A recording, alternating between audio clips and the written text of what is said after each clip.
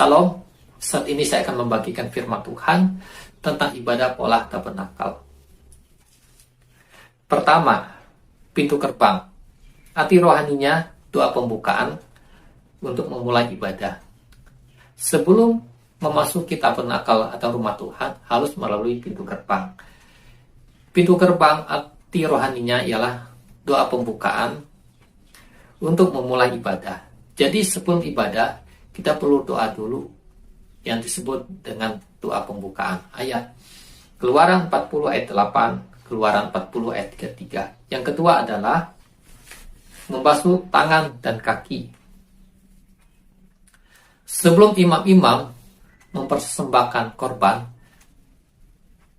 mereka harus membasuh tangan dan kaki mereka.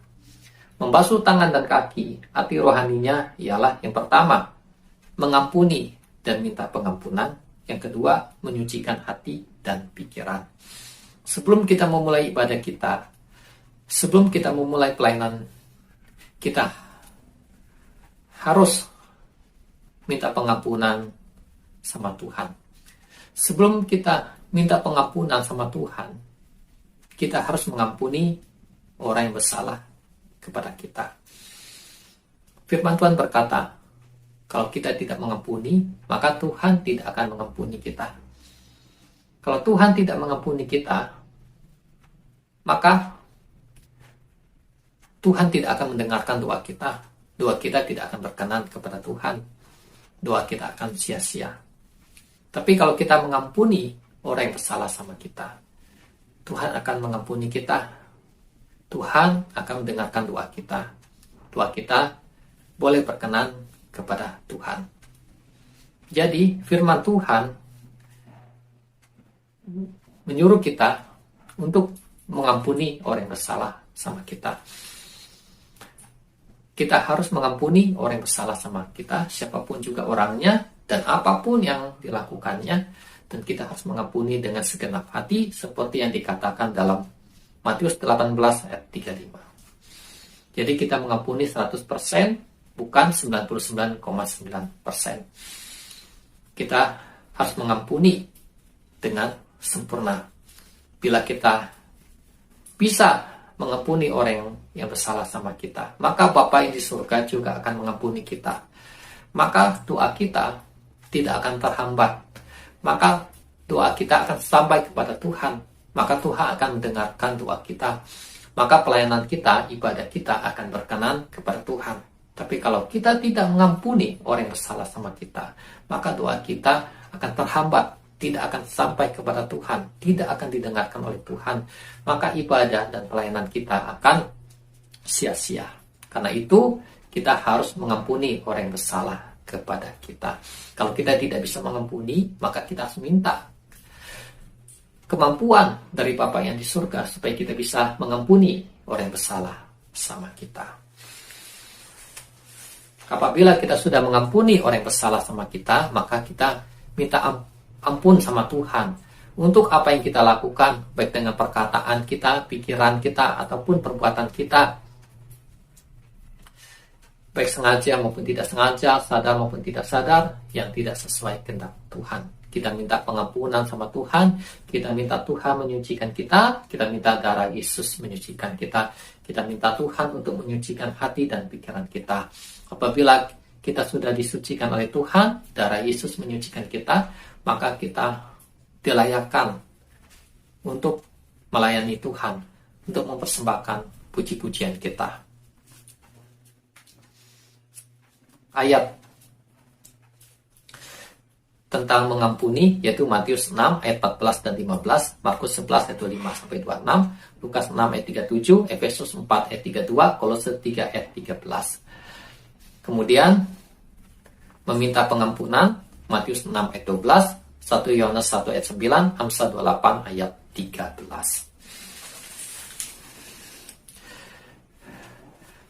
Membasuh tangan dan kaki ayat Keluaran 30 ayat 19 sampai 21 dan Keluaran 40 ayat 31 sampai 32. Yang berikutnya, yang ketiga, mezbah korban bakaran. Arti rohaninya mempersembahkan puji-pujian, kesaksian, dan persembahan. Apabila ada kesaksian dan persembahan, maka di antara puji-pujian. Apabila tidak ada kesaksian dan persembahan, maka hanya puji-pujian saja. Ayat Keluaran 40 ayat 6, Keluaran 40 ayat 29, Mazmur 100 ayat 4. Yang keempat, bejana pembasuhan anti rohaninya menguduskan diri untuk memasuki hadirat Tuhan. Jadi pada waktu mempersembahkan puji-pujian, kita menjaga hati dan pikiran kita supaya tetap kudus, berkenan kepada Tuhan, karena kita akan memasuki hadirat Tuhan. Ibrani 12 ayat 14, firman Tuhan berkata bahwa tanpa kekudusan tidak ada seorang pun yang dapat menghampiri Tuhan. Jadi kita perlu kekudusan untuk menghampiri Tuhan, untuk datang kepada Tuhan. Matius 5 ayat 8, berbahagialah orang yang suci hatinya, karena mereka akan melihat Allah.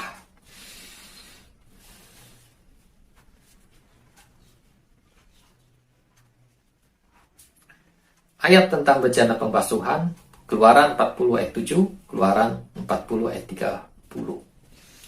Yang berikutnya, yang kelima, pintu kemah. Arti rohaninya ialah doa menggunakan akal budi dan roh untuk pemberitaan firman Tuhan, supaya karunia Roh Kudus bekerja.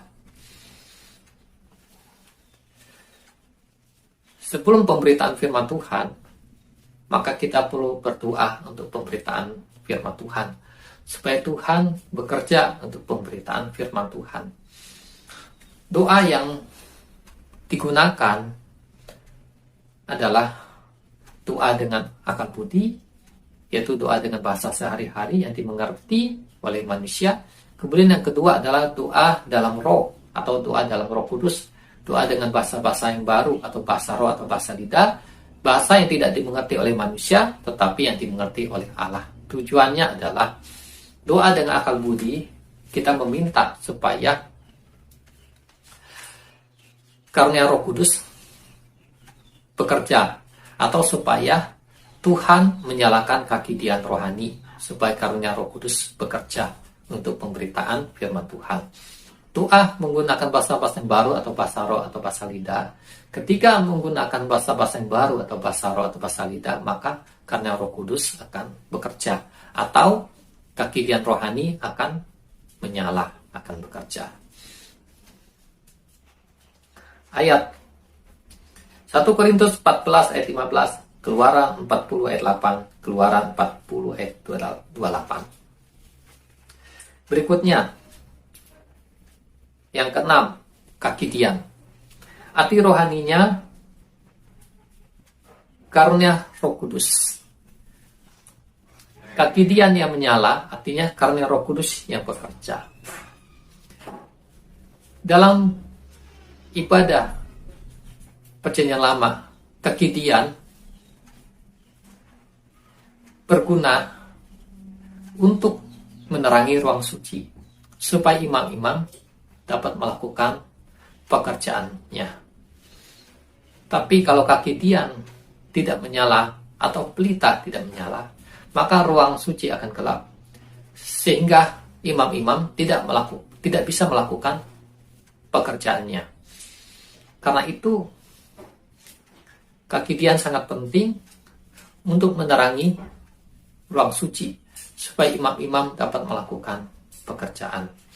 Demikian juga, kegiatan rohani atau karunia Roh Kudus perlu menyala, perlu menerangi pemberitaan firman Tuhan, supaya pemberitaan firman Tuhan boleh diberitakan dengan terang, dengan karunia-karunia dari Roh Kudus, seperti karunia hikmat, karunia marifat, bahkan disertai dengan kuasa Tuhan, supaya pemberitaan firman Tuhan boleh berjalan dengan baik, dengan benar.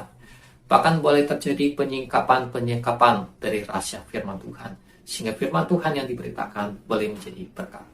Tetapi kalau kegiatan rohani tidak menyala, karena Roh Kudus tidak bekerja, maka pemberitaan firman Tuhan akan gelap, akan menjadi gelap, sehingga pemberitaan firman Tuhan akan terhambat, tidak berjalan dengan lancar, sehingga tidak menjadi berkat. Karena itu, kegigihan rohani sangat penting, perlu menyala, yaitu karena Roh Kudus perlu bekerja dalam pemberitaan firman Tuhan, seperti karunia hikmat dan juga karunia marifat. Dan juga bila disertai dengan kuasa Tuhan dan pemberitaan firman Tuhan, akan lebih baik lagi. Ayat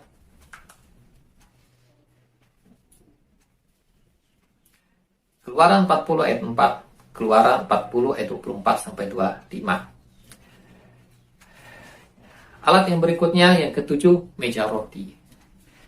Meja roti arti rohaninya adalah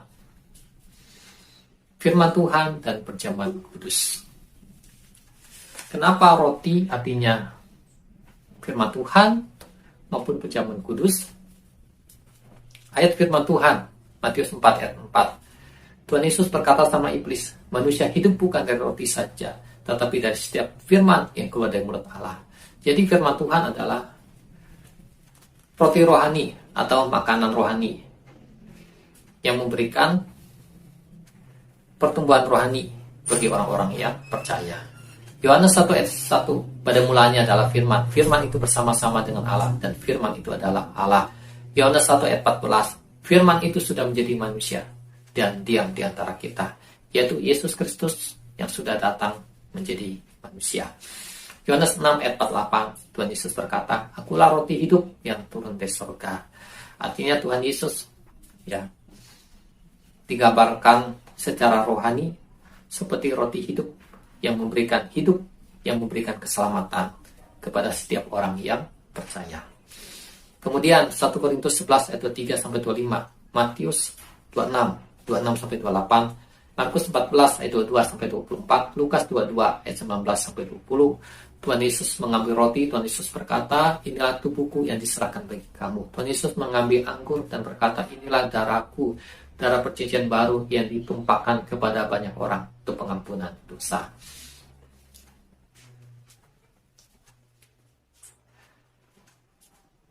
Ayat tentang meja roti, yaitu Keluaran 40 ayat 22 sampai 23 dan Imamat 24 ayat 6 sampai 7. Jadi, sesudah pemberitaan firman Tuhan, maka dilaksanakan perjamuan kudus. Perjamuan kudus dilaksanakan sesudah pemberitaan firman Tuhan. Yang berikutnya, yang ke-8, yaitu mezbah pembakaran ukupan dari emas. Arti rohaninya menyembah Tuhan dalam roh dan kebenaran dengan bahasa-bahasa yang baru atau bahasa roh atau bahasa lidah.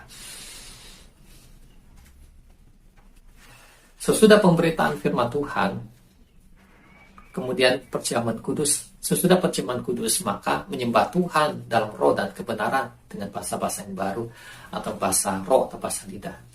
Mengapa menyembah Tuhan dalam roh dan kebenaran itu adalah menggunakan bahasa-bahasa yang baru atau bahasa roh, bahasa lidah? Yohanes 4 ayat 3 sampai 24 dikatakan bahwa saatnya akan tiba dan sudah tiba sekarang bahwa penyembah benar akan menyembah Bapa dalam roh dan kebenaran. Artinya apa? Artinya bahwa saatnya akan tiba dan sudah tiba, yaitu adalah bahwa Roh Kudus akan datang. Nah, kemudian di Kisah Para Rasul pasal 2, Roh Kudus datang atau Roh Kudus tercurah pada hari Pentakosta. Dan apa yang terjadi pada waktu Roh Kudus datang dicurahkan kepada murid-murid Yesus di Yerusalem? Di Kisah Para Rasul pasal 2 ayat 4 dikatakan, maka penuhlah mereka dengan Roh Kudus dan mereka berkata-kata dalam bahasa-bahasa yang baru seperti yang diberikan oleh Roh itu kepada mereka untuk mengatakannya. Jadi menyembah Tuhan dalam roh dan kebenaran adalah menyembah Tuhan dengan menggunakan bahasa-bahasa yang baru atau bahasa roh atau bahasa lidah. Jadi salah satu kegunaan bahasa roh atau bahasa lidah adalah untuk menyembah Tuhan. Nah, jadi menyembah Tuhan di sini yaitu menyembah menggunakan bahasa-bahasa yang baru atau bahasa roh, bahasa lidah. Nah, jadi dalam pelajaran tabernakel, menyembah Tuhan digambarkan seperti dupa yang dibakar atau asap dupa atau asap kemenyan yang dibakar, ya, yang harum, yang terbang dari ruang suci menuju ke ruang maha suci.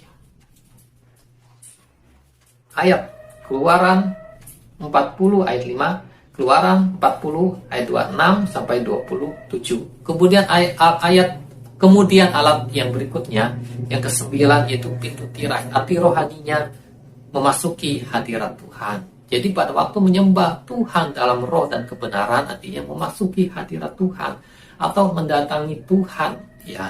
Jadi mendatangi Tuhan atau dalam arti secara rohani, ya, yaitu dalam penyembahan, ya, dalam penyembahan, mendatangi Tuhan atau memasuki hadirat Tuhan.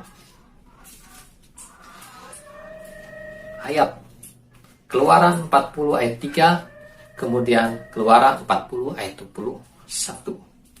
Kemudian yang terakhir, yang ke-10, alat yang terakhir yaitu tabut perjanjian. Nah, tabut perjanjian artinya adalah kemuliaan Tuhan atau hadirat Tuhan. Nah, tabut perjanjian ini berada di ruang maha suci. Ya, jadi dupa atau kemenyan yang dibakar oleh imam-imam, asapnya menembusi tirai dan sampai ke ruang maha suci, sampai ke tabut perjanjian. Artinya doa penyembahan yang benar dari umat Tuhan, dari orang-orang percaya, sampai kepada Tuhan yang ada di sorga, sampai kepada takhta Allah Bapa yang ada di sorga. Apabila kita menyembah Tuhan dengan benar, di dalam roh dan kebenaran, dengan sungguh-sungguh, dengan iman, berkenan sama Tuhan, maka penyembahan kita bisa sampai kepada Tuhan yang ada di sorga, bisa sampai kepada takhta Allah yang ada di sorga. Nah, jadi tujuan dari ibadah atau penyembahan dari orang-orang percaya, yaitu adalah persembahan tersebut sampai kepada Tuhan, atau sampai kepada Tuhan, atau bertemu dengan Tuhan, atau ada hadirat Tuhan, bahkan ada kemuliaan Tuhan. Nah, jadi kalau penyembahan kita benar dan berkenan sama Tuhan, kalau ibadah kita benar dan berkenan sama Tuhan, maka akan ada hadirat Tuhan yang turun, akan ada kemuliaan Tuhan yang turun, akan ada kehadiran Tuhan, atau akan ada lawatan Tuhan, ya. Seperti yang dialami oleh Musa ketika Musa selesai mentahbiskan kemah Tuhan, maka dikatakan kemuliaan Tuhan datang ke kemah Tuhan, ya.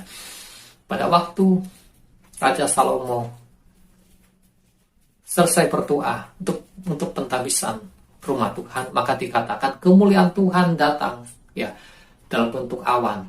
Kemuliaan Tuhan datang dalam bentuk awan ke rumah Tuhan, masuk ke rumah Tuhan. Dikatakan imam-imam tidak bisa masuk, ya, ke rumah Tuhan karena ada kemuliaan Tuhan, ada hadirat Tuhan yang kuat, yang berkuasa. Nah, jadi tabut perjanjian artinya kemuliaan Tuhan atau hadirat Tuhan. Jadi dalam penyembahan atau ibadah umat Tuhan, yaitu mempersembahkan korban pujian penyembahan kepada Tuhan, dan juga supaya ada hadirat Tuhan, ada kemuliaan Tuhan yang turun, yang hadir di tengah-tengah ibadah dari umat Tuhan. Ada kehadiran Tuhan, bahkan ada lawatan Tuhan di ibadah umat Tuhan. Apabila kemuliaan Tuhan atau hadirat Tuhan turun atau datang, maka akan ada kuasa Tuhan, akan ada nubuat. Nubuat adalah kata-kata dari Tuhan, atau pesan-pesan dari Tuhan, atau penyampaian dari Tuhan, ya, dalam bentuk perkataan. Kemudian akan ada penglihatan. Penglihatan artinya melihat hal-hal rohani, hal-hal di kerajaan surga. Apakah melihat Tuhan ataukah melihat malaikat-malaikat, yaitu penglihatan. Nah, jadi sesudah menyembah Tuhan, yang harus dilakukan adalah memanjatkan doa syafaat, ya. Nah, sesudah memanjatkan doa syafaat, maka doa berkat. Sesudah doa berkat, maka doa penutup. Dan sesudah doa penutup, yaitu pengumuman. Nah, jadi pengumuman diletakkan selesai ibadah. Untuk gambarannya, secara ibadah di Perjanjian Lama, yaitu pada waktu imam besar memasuki ruang maha suci, maka dikatakan bahwa kemuliaan Tuhan hadir. Nah, kemuliaan Tuhan seringkali disebut yaitu Shekinah glory. Jadi ada kemuliaan Tuhan atau ada Shekinah glory. Nah, jadi imam besar dia bisa mendengarkan suara Tuhan ataupun dia bisa mendapatkan penglihatan-penglihatan dari Tuhan. Jadi dia bersekutu dengan Tuhan. Sesudah imam besar selesai melakukan ibadah ini atau pelayanan ini, maka dia keluar dari ruang Maha Suci dan dia melewati ruang suci, kemudian melewati pintu kemah dan dia keluar dari kemah Tuhan dan dia mengangkat tangannya, dia memberkati umat Tuhan yang ada di halaman. Sesudah dia memberkati umat Tuhan, maka selesailah sudah kegiatan yang dilakukan oleh imam besar tersebut.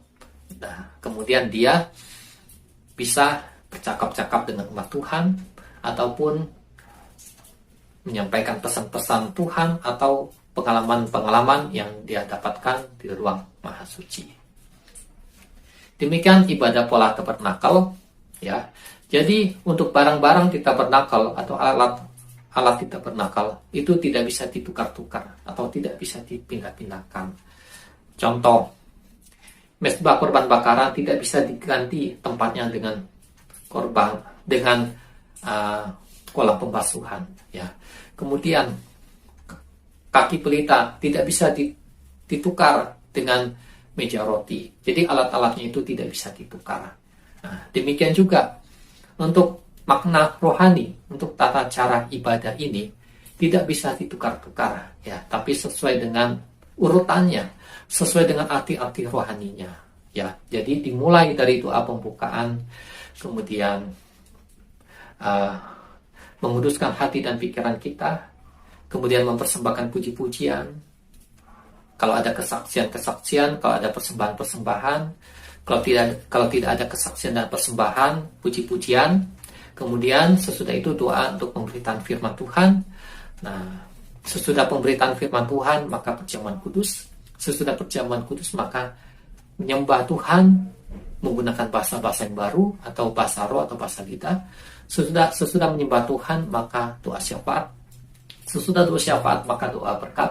Sesudah doa berkat, maka doa penutup. Sesudah doa penutup, maka pengumuman. Demikianlah ibadah secara menurut pola tabernakel atau ibadah pola tabernakel. Tuhan Yesus memberkati.